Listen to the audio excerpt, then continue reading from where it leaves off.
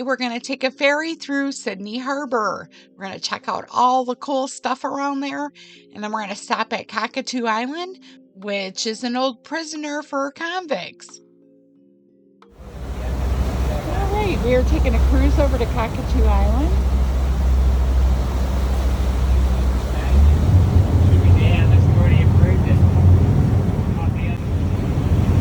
We're going under the bridge.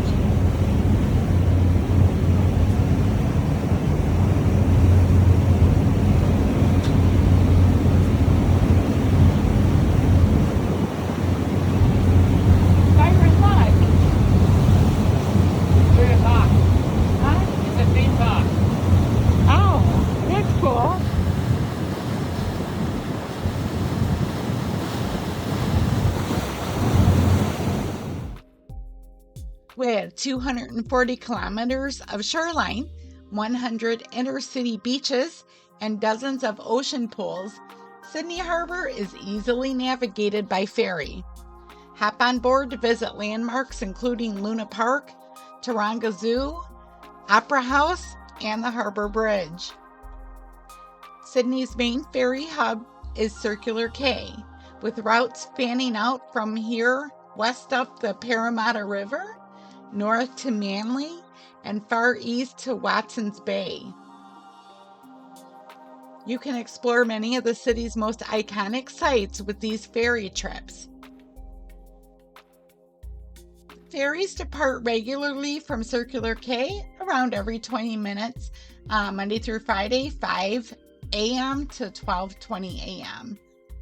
And on the weekends, it's every half hour, from 6:40 a.m. to 1:20 a.m.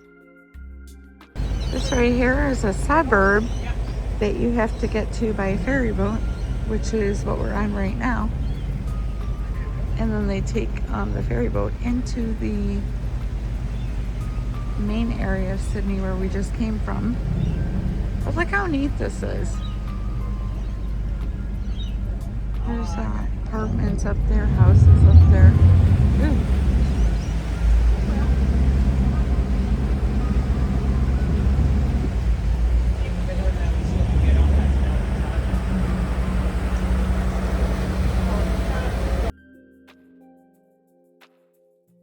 Sydney's west, Parramatta, is booming with new hotels and restaurants, festivals, and so much entertainment. Getting there along congested freeways can be a headache, but you can swap the car for the river catamaran and one of these ferries. So my intention was to go to Cockatoo Island just on the ferry, but we decided to hang out on there for about an hour, going up and down the coastline and checking out all the neighborhoods and the city view from afar before we got to Cockatoo Island. So a quick background on Cockatoo Island. It is the largest island in Sydney Harbour, and it has a big long history. So it was a fishing spot for centuries, and then colonial settlement became a convict goal from 1839 to 1869, which is the reason I went here, because I love to visit prisons. And today it's home to UNESCO World Heritage listed convict site.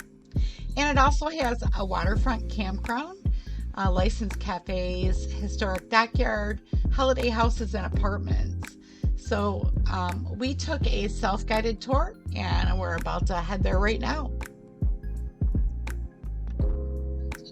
60,000 years prior to European settlement, Cockatoo Island was a meeting place for Sydney's First Nations peoples, who known as Werma.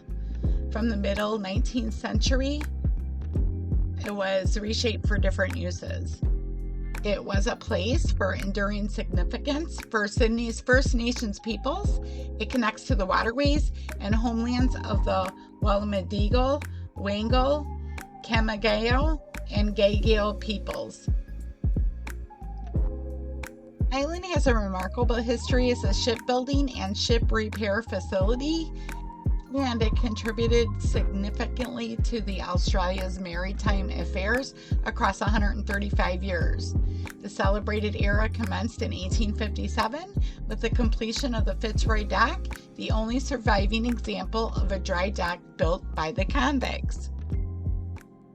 In 1913, the island became the official dockyard of the Royal Australian Navy. Due to the First World War, dockyard processes evolved to accommodate an increase in naval activity. During the Second World War, the island served as the main ship repair facility in the Southwest Pacific.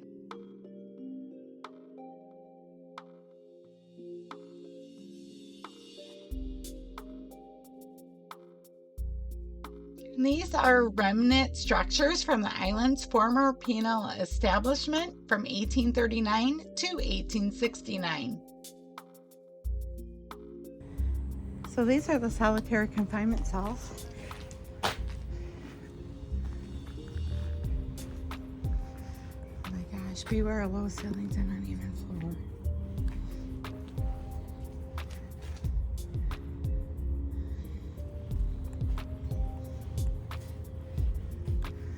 Holy crap.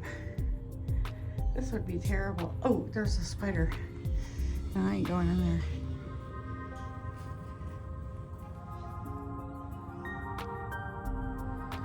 Oh my gosh.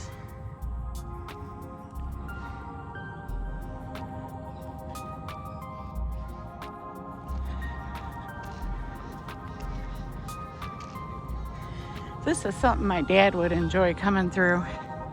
I don't know about the walking though.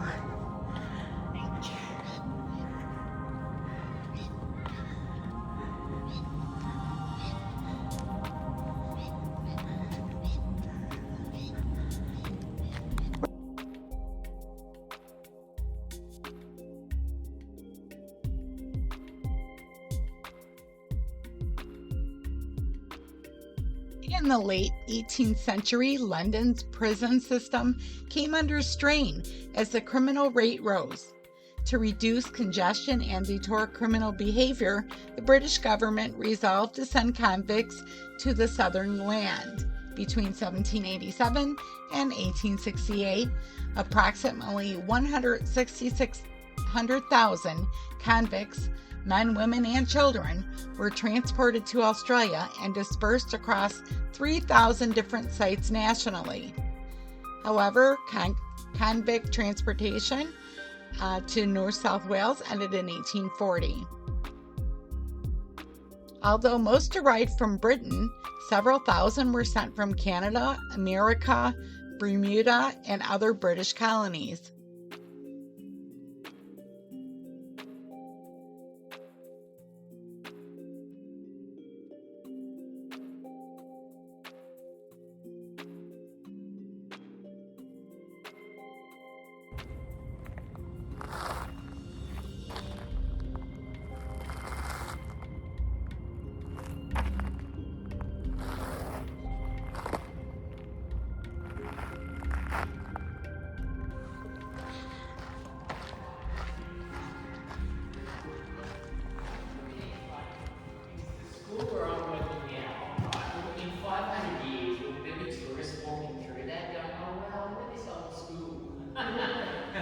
Oh wow, look at this old car that people used to drive. In 1839, they established a colony at Cockatoo Island for reoffending male criminals because it was surrounded by deep water and it prevented escape, and it was accessible easily from the mainland. And right away, they had 60 convicts from Norfolk Island, and at the time, the island was described as without water and abound with snakes.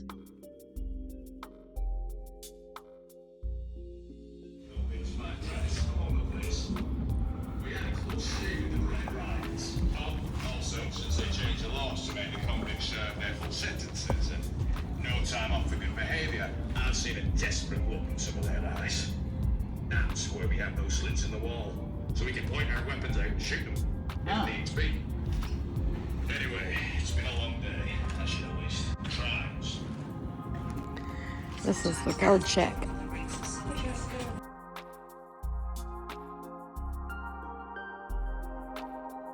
And before long, the newly arrived convicts were put to work quarrying the island sandstone for use in the construction of prison building, as well as public works, including Sydney's semicircular quay.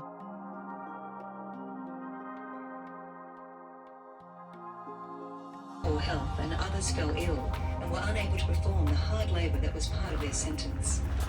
So the authorities provided medical care in the form of a doctor and a dispenser who was responsible for preparing the medicines and then giving them to patients. Sick convicts would be assessed by medical staff and, if found incapable of working, were placed in the exempt yard. Exposed to the elements, this yard was certain to discourage men from pretending to be ill and also being unhelpful to those needing care and comfort. Cockatoo Island's convicts lived in a cramped, poorly ventilated, and foul-smelling quarters. Wards intended to accommodate up to 300 prisoners, at times occupied by nearly 500. Further, the communal tubs that functioned as toilets were often left standing for hours. The lack of hygiene led to bedbugs, fleas, rats, and disease.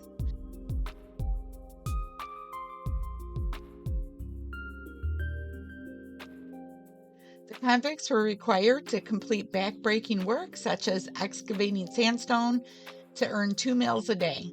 Breakfast was a serving of a bland porridge, and dinner consisted of meat and bread. If a convict didn't complete their work, they went to bed hungry.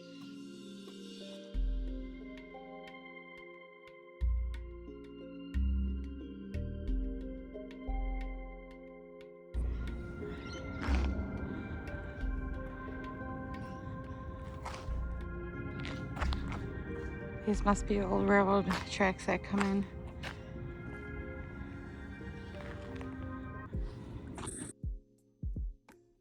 The island had no naturally occurring supply of drinking water, so the convicts manually excavated large water tanks into the sandstone plateau.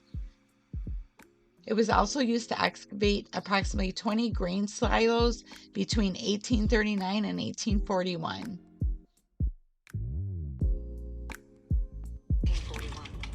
It was hard work digging those things.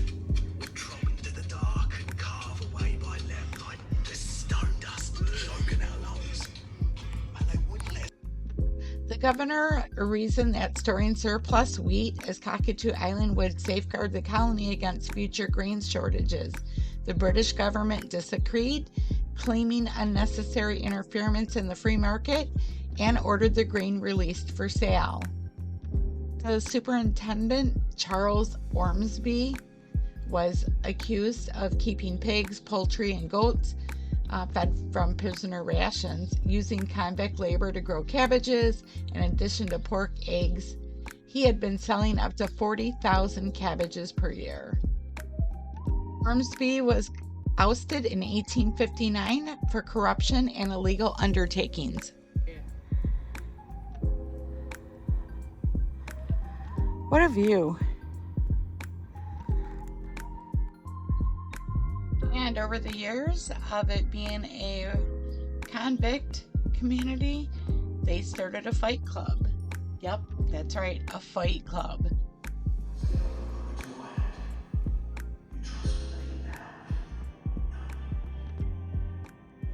My father's John Perry, boxing champion in New South Wales.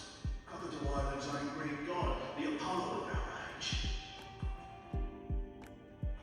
They only transported him because it was a threat, you know. Couldn't have him betting on the white boxes in London, could they? Used to be a boxer myself, so I know what I'm talking about. Good one too, won every bout. In 1869, the prison buildings were repurposed for an industrial training school for girls and a separate reformatory for young women. In that same year, the Vernon, a nautical school ship for boys, found a new home, moored off the northeast corner of the island, naming it Bilalea, which is the First Nations word for cockatoo. Could you imagine having this kind of view every day? Going out any door. I think I'll go out the left door today. Very pretty house. In 1871, the Newcastle Industrial School for Girls closed, and its inhabitants were transferred to Cockatoo Island. The new establishment was divided into two institutions, the Industrial School for Girls and the Reformatory. The Reformatory housed girls who had broken the law, and the Industrial School was for girls who were considered at risk. They were in two separate buildings, but the girls were not separated.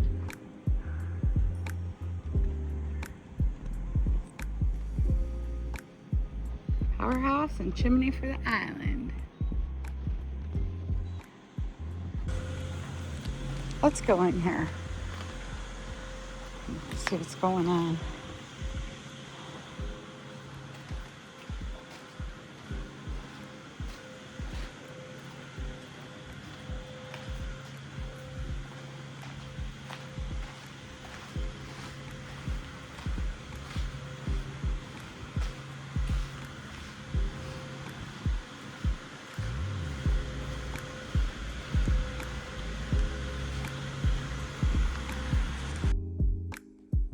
The living conditions were poor at both industrial and reformatory, so the girls responded by engaging in unruly behavior.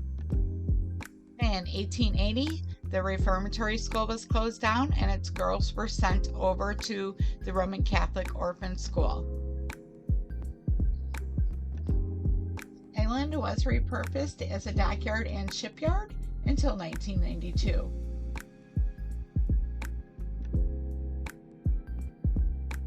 If you're ever in Sydney, I would highly suggest going over to this island and checking out all of the buildings that were used, the shipyard, and the whole island's really a great place to go. I hope you enjoyed my video today on running around in the Sydney Harbour and going to Cockatoo Island. Please don't forget to like, subscribe, and share my videos.